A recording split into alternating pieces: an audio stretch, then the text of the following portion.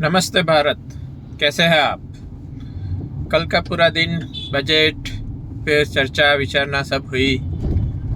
सत्ता पक्ष ने बोला बजट बहुत अच्छा है, जो विरोध पक्ष में है वो बोल रहे हैं बजट में कुछ नहीं है। हम लोग तो आम आदमी हैं, क्या जानते हैं बजट के बारे में? नहीं मालूम, बहुत छोटी मोटी सूझबूझ है हमारे पास। ये गवर्नमेंट ने, सत्ताधारी गवर्नमेंट ने एस्टेब्लिश कर दिया है कि 2014 से पहले जो कुछ भी हुआ सब खराब ही हुआ था। चलो मान भी लेते हैं, ठीक है। अब 2014 की बात करेंगे। तो 2014 में जब गवर्नमेंट आया तो सबने बात की कि फार्मर की इनकम डबल की जाएगी, सभी आम आदमी, मिडिल क्लास आदमी को बहुत अच्छी सुविधाएं मिलेगी, जो अच्छे टैक्स पेयर है उनको वीआईपी ट्रीटमेंट मिलेगी। अब ये सब सुनते सुनते 8-10 साल हो चुके हैं। क्या ये बजट में कहीं पे ऐसा जिक्र किया कि फार्मर की इनकम डबल हुई है? चलो मान लो डबल हुई भी है, अगर नहीं जिक्र किया तो क्या खर्चा, घर का जो खर्चा था वो डबल हुआ या ट्रिपल हुआ है? वो आप देखिएगा, क्योंकि मैं जानता हूँ मेरे घर का खर्च एक महीने का एजुकेशन और सब सेविंग को छोड़ दे तो 2 टाइम के खाने का खर्चा महीने का 20,000 का था, वो आज ज़रूर 45,000 तक पहुंच गया है। हो सकता है मैं थोड़ा अमीर ख़ानदान का हूँ, लेकिन जो गरीब लोग हैं, जो मिडिल क्लास पब्लिक है, उनका खर्चा अभी ज़रूर, मतलब जो 8-10 हज़ार रुपये एक महीना चलता था जो 2014 में, वो आज की तारीख में 25,000 से कम नहीं हो रहा है। तो क्या मतलब 10 साल में हमको, क्या आम आदमी को क्या फ़र्क पड़ा? वो एक सोचने की बात है। ये बजट बोल रहा है कि हमने बजट अच्छा दिया, बहुत सारी सुविधाएं दी। कहाँ की सुविधा है? आपको क्या सुविधा मिल रही है? जो विकास होना था वो तो हो रहा है। कोई भी गवर्नमेंट आए, कांग्रेस हो, भाजपा हो, XYZ, सभी स्टेट में अपनी अपनी तरह से आगे बढ़ रहे हैं। सुचारू व्यवस्था, करप्शन लेवल आज भी वही है। हमारा करप्शन लेवल दुनिया में जो नंबर था रैंकिंग, वो नंबर आज भी वही है। तो करप्शन तो कम हुआ नहीं। गुड गवर्नेंस की अगर बात करें तो उसमें मेजर पार्ट करप्शन में आता है। जो दूसरा आता है जुडिशियल सिस्टम। तो जुडिशियल सिस्टम में भी आज भी केसेस चलते हैं कोर्ट में और उसी स्पेस में चल रहे हैं। जिसको मतलब बड़े बड़े जो चुकादे हैं उसको आज भी 15-15, 20-20 साल लग रहे हैं। तो ना तो जुडिशियल सिस्टम में कोई बदलाव है, ना हमारा आम आदमी के जीने के तौर तरीके में बदलाव है। डिजिटाइजेशन होने से पूरी दुनिया के साथ हमको चलना पड़ रहा है, तो उसी लाइन में चल रहा है।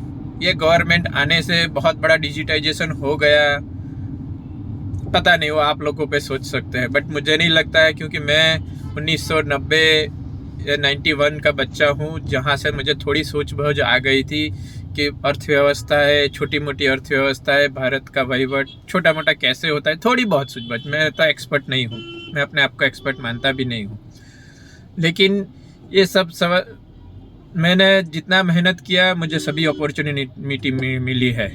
यही सिस्टम में मैं आगे बढ़ा हूँ। तो और मेरे साथ जो मतलब मान लो आज मैं MS धोनी भी मेरी उम्र का ही है। तो MS धोनी एक ग्रास रूट से आया हुआ बच्चा था और कहाँ पहुँचा, तो उसने भी अपनी मेहनत की है, यही सिस्टम में आगे बढ़े हैं और आगे बढ़े हैं। तो ऐसा तो है था नहीं था कि हमारे पास अपॉर्चुनिटी कम थी। तो मतलब ये 8 साल में क्या बदलाव था? ये बजट क्या है? बजट में ऐसा लिखा, कल बोला गया कि सीनियर सिटीजन की सेविंग स्कीम में 15 लाख से 30 लाख की बढ़ोतरी की गई है। कौन सा सीनियर सिटीजन साल का 15 लाख कमा रहा है? कितने लोग कमा रहे हैं?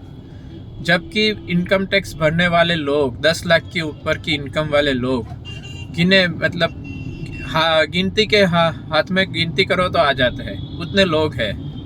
वो इनकम टैक्स डिपार्टमेंट बोल रहा है, मैं नहीं बोल रहा हूँ। तो ये कौन सा सीनियर सिटीजन को फायदा होने वाला है? 15 लाख से 30 लाख किया, कुछ 4.5 लाख का 9 लाख किया, 9 लाख का 15 लाख किया फॉर सीनियर सिटीजन एम्पावरमेंट। अरे भाई, कोई सीनियर सिटीजन को जाके पूछो कि उनकी इनकम कितनी है क्या सालाना इनकम 5 लाख भी सब सीनियर सिटीजन की? तो एक सोचने लायक है कौन से सीनियर सिटीजन के एम्पावरमेंट कर रहे हैं ये लोग। पहले रेलवे टिकट निकालते थे सीनियर सिटीजन्स के लिए, तो इरिस्पेक्टिव ऑफ कोई भी ट्रेन हो उसमें 50% डिस्काउंट मिलता था। आज बहुत सारी ट्रेन में पीक आवर्स में सीजन में सीनियर सिटीजन को वो जो 50% का डिस्काउंट है वो नहीं है, फॉर योर नॉलेज।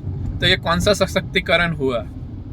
महिला एम्पावरमेंट की बात कर रहे हैं, आज भी बलात्कार के केस, रेप के केस में कोई कमी नहीं हुई है, केसेस ऐसे ही चल रहा है सिस्टम में। तो पता नहीं। हाँ, मैं भारत की ग्रोथ स्टोरी में बहुत बिलीव करता हूँ। हमारे जैसे पॉजिटिव रचनात्मक सोच करने वाले बहुत लोग हैं भारत में। तो भारत तो आगे बढ़ेगा ही, कोई भी गवर्नमेंट आए, सत्ताधारी गवर्नमेंट हो विपक्ष में हो, लेकिन भारत तो आगे बढ़ेगा ही, उसमें मुझे कोई डाउट नहीं है। कोई भी गवर्नमेंट आने से कोई फ़र्क नहीं पड़ने वाला है।